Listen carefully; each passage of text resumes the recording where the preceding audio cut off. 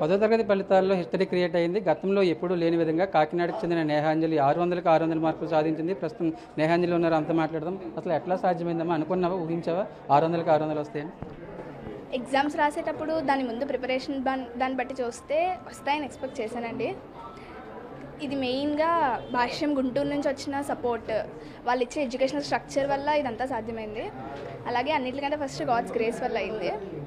వాళ్ళు ఇచ్చే ఆర్ఐటీ exams and monthly exams కూడా పెట్టేవారు. ఈ ఎగ్జామ్స్లో ఒకటి తర్వాత ఒకటి మిస్టేక్స్ని మేము రెక్టిఫై చేసుకుంటూ ముందుకెళ్ళే వాళ్ళం.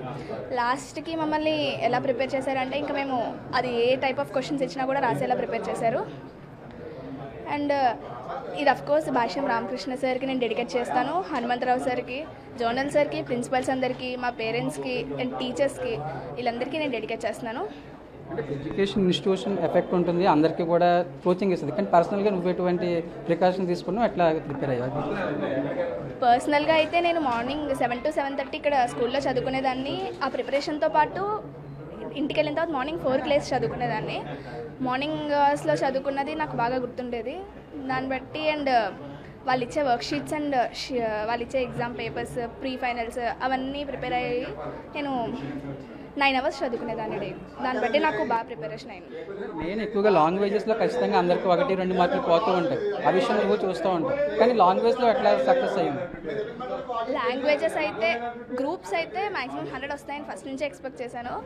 లాంగ్వేజెస్లో అయితే ఆ టీచర్స్ మాకు చెప్పిన విధానం, వాళ్ళు ప్రిపేర్ చేయించిన గ్రామర్ టాపిక్స్ అండ్ ఒక్కొక్క క్వశ్చన్లో ఉన్న మెలకువలు అవన్నీ మాకు నేర్పించారు. కాబట్టి ఏ టైప్ ఆఫ్ క్వశ్చన్స్ ఇచ్చినా కూడా గ్రామర్ అన్నా, అది రిటర్న్ ఎస్ఏ క్వశ్చన్స్ అన్నా కూడా స్పెల్లింగ్ మిస్టేక్స్ రాయకుండా ప్రాక్టీస్ చేయించారు. దాన్ని బట్టి నేను లాంగ్వేజెస్లో కూడా ఫుల్ తెచ్చుకోవడానికి సహాయపడింది. 10th క్లాస్ హిస్టరీలోనే గతంలో ఎప్పుడు ఎవరు ఈ రికార్డ్ సాధించలేదు, ఏమనిపిస్తుంది? చాలా హ్యాపీగా ఫీల్ అవుతున్నాను.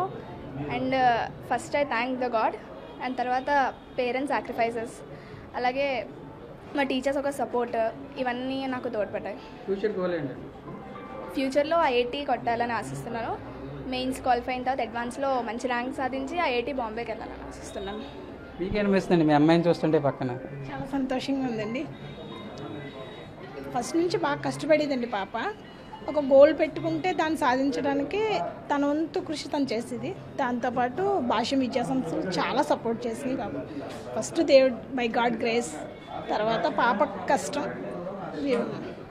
మీరు అనుకున్నారా అవుట్ ఆఫ్ వస్తాయని? వస్తాయండి, నేను ఫస్టే చెప్పానండి 600 out of 600 వస్తాయని నేను స్కూల్లో చెప్పే వెళ్ళానండి. లాస్ట్ ఎగ్జామ్ రోజు అవుట్ ఆఫ్ వస్తాయండి, స్టేట్ ర్యాంక్ ఇచ్చే భాష్యానికి మేము పాప తీసుకువెళ్తామని చెప్పాను.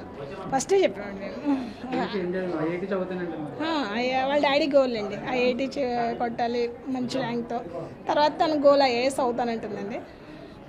ఆ విధంగా వెళ్దామని ఆశ ఉంది. ఇంకా ఎక్కువ కష్టపడి అనుకున్న గోల్ సాధించాలని మేము ఆశిస్తున్నాం.